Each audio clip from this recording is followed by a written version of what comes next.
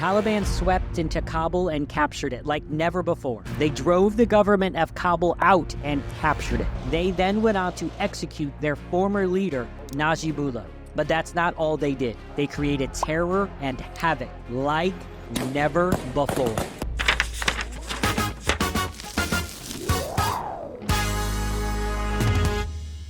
It was on this very day, September 27th, back in 1996, that the Taliban captured the capital city of Afghanistan, Kabul. Active since 1994, the Taliban is a movement of religious students called Talibs with the agenda of making the entire world follow extremist Islam ideals. In today's video, let me tell you about how the Taliban captured Kabul, what cruelty the citizens of Kabul went through, and the final aftermath of this mess. Make sure you subscribe to the channel so you never miss out on any videos.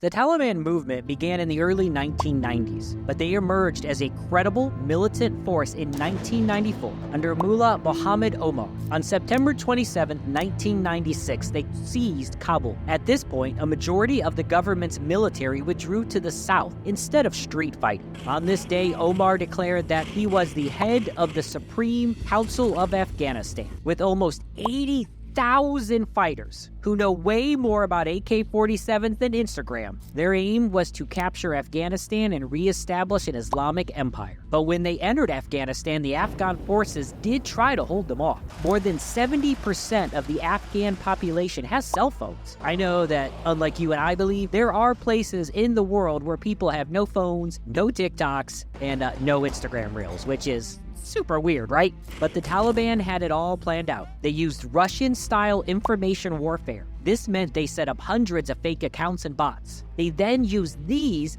to spread their message and undermine the Afghan government. The Taliban's period in Afghanistan lasted until 2001. That was when the US military intervened. But in the span of 5 years, what did all the people of Kabul go through?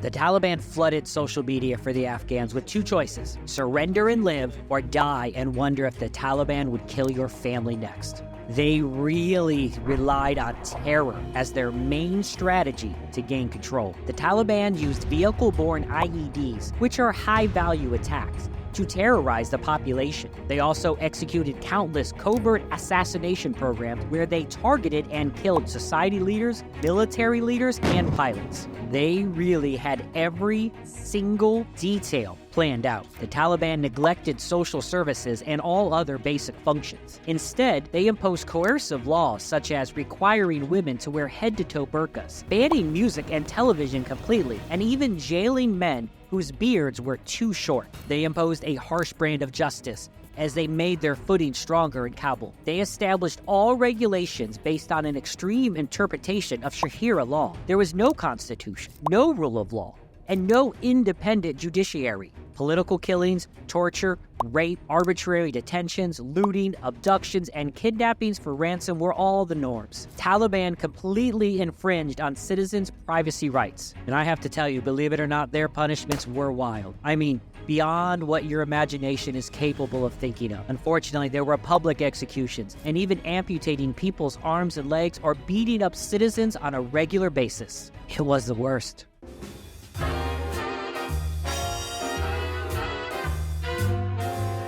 The world had enough of their atrocities. The United States went to Afghanistan in 2001 to wage a necessary war of self-defense. The 9/11 attack was an added reason to fuel the United States with anger and rage against the Taliban. So right after the 9/11 attacks, the United States launched a war on terrorism. They invaded Afghanistan in 2001, marking the beginning of the 20-year-long war in Afghanistan as we know it today. The U.S. began military operations in Afghanistan with airstrikes on 31 targets across the country. They also airdropped food and medical supplies to civilians in the Northern Alliance-controlled territory. By November, the Taliban had abandoned Kabul and decided to regroup in Jalalabad and Kandahar. The fall of Kabul started a chain reaction collapse of the Taliban. But don't worry, the drama doesn't end here. I have another insanely dramatic story coming up for you. It's about the Kennedy-Nixon debate, which was also the first ever televised presidential debate. So subscribe Subscribe to Behind the Date now to stay tuned for more captivating stories, mind-boggling facts, and insane adventures. Let's quench your curiosity and get ready to see how Kennedy totally knocked Nixon out of the race.